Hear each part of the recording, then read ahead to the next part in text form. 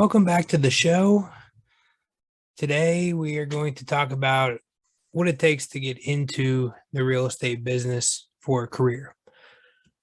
It's generally pretty easy compared to going back to school and let's say being a engineer or a teacher or anything like that. We're talking about 60 to 90 hours on average of classes that you need to take versus going back to school for 2 to 4 years for most degrees, and then engineer, lawyer, doctor, you're talking 7 to 10 years. And to be honest with you, there's definitely potential to make as much in real estate, if not more, than a doctor, a lawyer, an engineer. Not that you can't make a lot of money in those businesses either.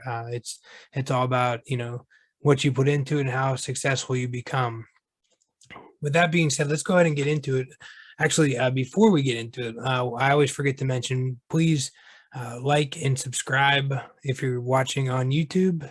And if you're listening on the podcast, which is how most people tune in, if you would please subscribe to the podcast and also leave us a review, that would be amazing. And I really appreciate any feedback and support.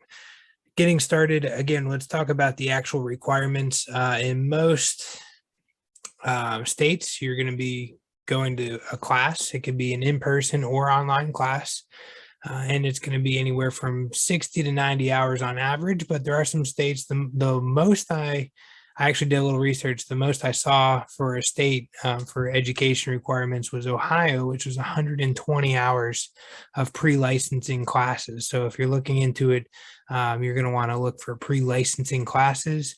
You can go to big websites like the CE Shop. You can also go to your local real estate association or visit most brokerages in your local market, and they can all help you get started in taking your classes.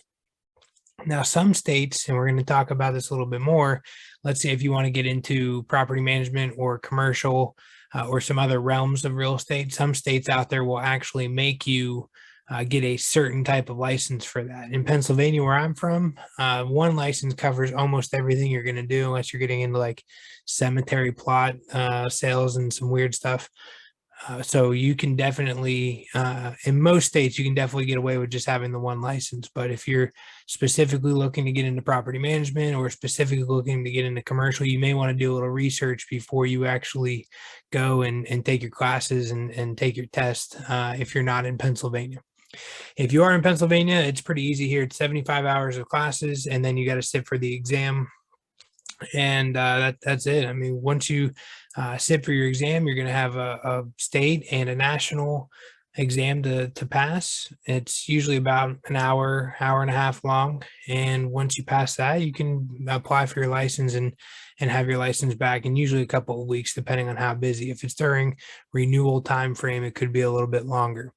And then from there, you have to kind of decide, what do I want to do within the real estate realm? Let's talk about property management first. Probably the least popular version of real estate, right? I always say it's the redheaded stepchild of real estate, not because property managers don't work hard or deserve respect, but they usually don't get respect. They're usually, when everything's going good, they don't hear anything. They don't get thank yous. They don't get great reviews. And then when a tenant stops paying their rent or there's a roof leak or anything like that, it's always the property manager's fault. So overall, it's a very thankless business. However, even though you can't probably make the high end of the spectrum of what you can make in real estate, you can make more consistent money in property management. A lot of property management companies will pay you a small salary to manage properties.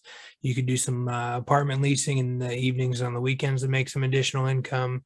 And then there's other things you can do, like property inspections and all kinds of different things that you can do to make a little bit of extra cash while you're property managing. So it can be a very consistent thing, and it's also a very flexible thing. So if you don't want to get into a career that's going to demand 60, 70, 80-hour work weeks, especially to get started, then property management could be a very viable option for you. Because getting into the sales business, if you want to be one of the top agents in the business, it really takes a ton of work and a ton of energy to get started.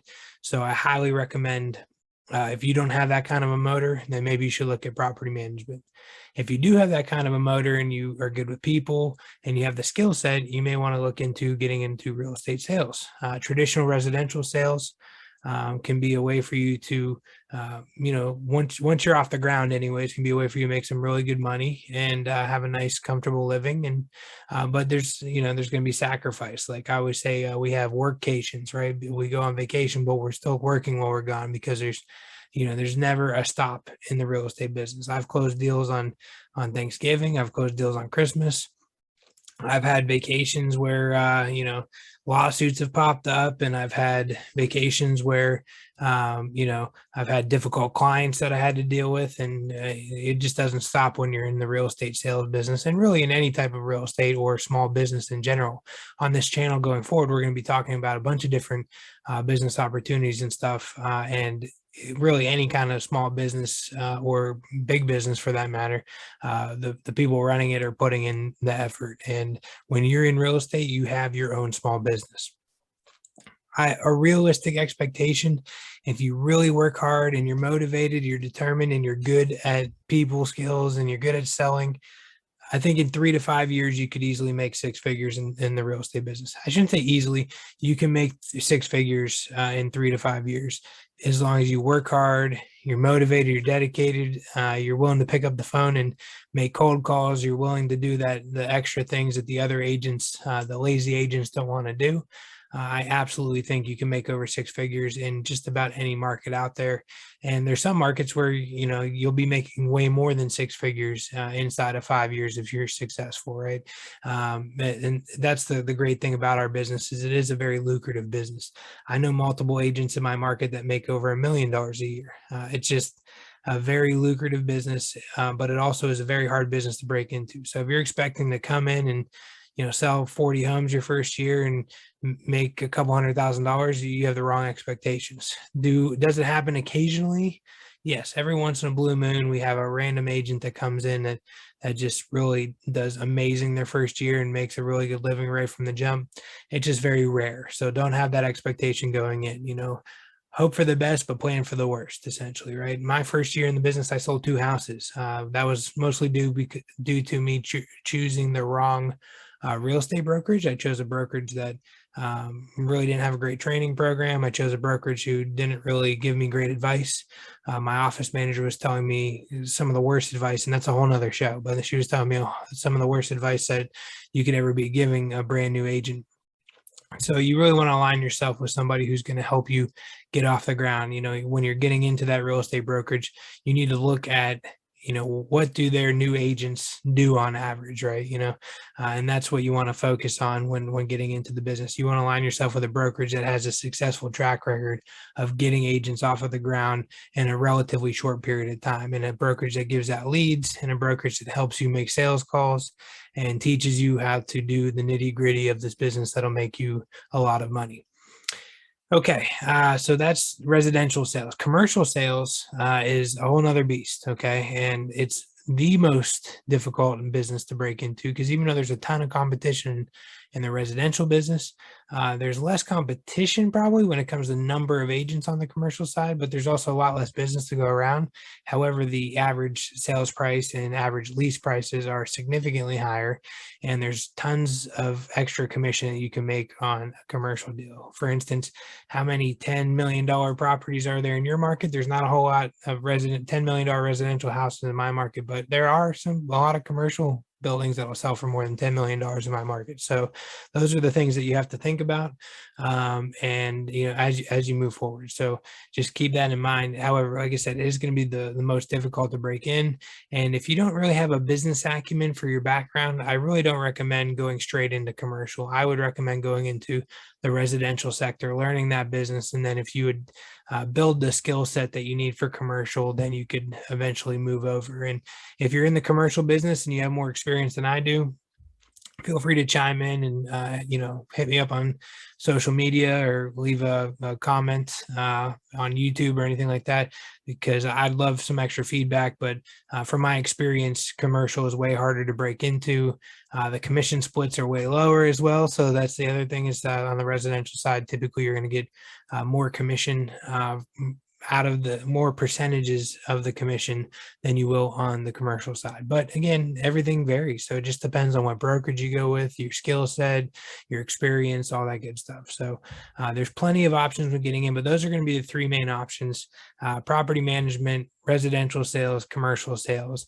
And I recommend that you get out there and you dig in and decide what's going to be the best route for you to go in your career, or at least go to get started in your career. Maybe property management's a great way to get started. And then, once you, build up a good reputation, maybe you can get out and start selling some houses, and you get to learn a lot about investment properties on the property management side. So maybe that ends up being your niche, and then you start selling more investment properties than anything. And that can be a very rewarding niche too. I deal with a lot of investment properties and a lot of investors, and it's been very, very rewarding. If you get a couple good clients that are buying multiple properties a year or even multiple properties a month, that could be all you need to make a good living right there. And then anything else you do is just the icing on the cake. So that is a very brief breakdown of how to get into the real estate business. If you're in the local Pittsburgh market, I would love to collaborate with you and sit down and talk if you're interested in getting into real estate. Again, you can hit me up on social media at Ian S. Hoover. You can also email me, ian@ianhoover.com. Until next time, this is Ian S. Hoover signing off.